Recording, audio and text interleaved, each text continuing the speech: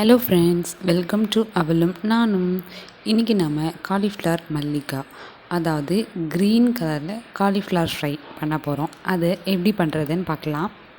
அதுக்கு முதல்ல ஃப்ரெஷ்ஷான ஒரு காலிஃப்ளவர் எடுத்து அதை சின்ன சின்ன பீசஸாக கட் பண்ணி எடுத்துக்கலாம்.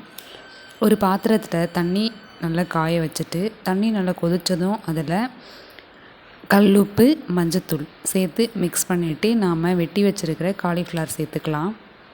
காலிஃப்ளவர் இதில் ரொம்ப வெந்துடக்கூடாது. ஒரு 20% வெந்தாலே போதும்.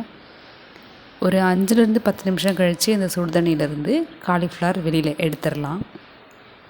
கொஞ்சம் ஆறினதும் இந்த காலிஃப்ளவரில் நாம் மசாலா ஆட் பண்ணணும். அதுக்காக கொத்தமல்லி ஒரு கைப்பிடி அளவு, 2 பச்சை மிளகாய், ஒரு 6 பல் பூண்டு, இதை கொஞ்சமாக தண்ணி விட்டு அரைச்சி எடுத்துக்கலாம்.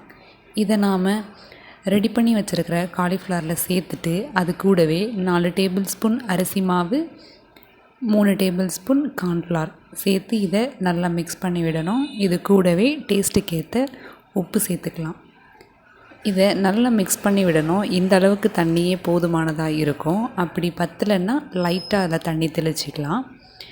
எண்ணெய் நல்லா காஞ்சதும் ஒரு பீசஸாக எடுத்து எண்ணெயில் சேர்த்துக்கலாம். நம்ம மொத்தமாக சேர்த்தோன்னா தனித்தனியாக வராது, அந்த அளவுக்கு கிறிஸ்பியாக இருக்காது.